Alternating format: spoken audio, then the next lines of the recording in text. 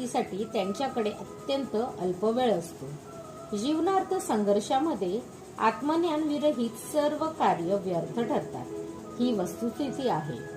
भौतिक दुःखातून सुटण्यासाठी मनुष्याने आत्म्याचा विचार करणे आवश्यक आहे, याची कदाचित लोकांना कल्पनाही नाही. आत्म्याबद्दल श्रवण करण्यासाठी इच्छुक असणारे काही लोक सत्संगामध्ये प्रवचन ऐकतही असतात, परंतु काही वेळा अज्ञानवश आत्मा आणि परमात्मा यांच्या परिणामातील भेद न जाणता ते एकच आहेत या समजुतीद्वारे त्यांची दिशाभूल केली जाते. परमात्म्याचे स्वरूप, आत्म्याचे स्वरूप, त्यांचे कार्य तसेच त्यांचा एकमेकातील संबंध आणि इतर बारीक मोठे तपशील याचे पूर्ण ज्ञान असणारी व्यक्ती आढळणे अत्यंत कठीण आहे.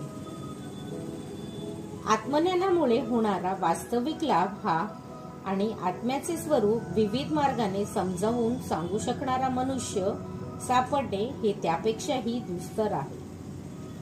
पण जर कोणत्याही प्रकारे एखादा आत्मज्ञान जाणू शकला तर त्याचे जीवन सफल होते. आत्म्यासंबंधीचे ज्ञान जाणण्यासाठी अत्यंत सोपा मार्ग आहे.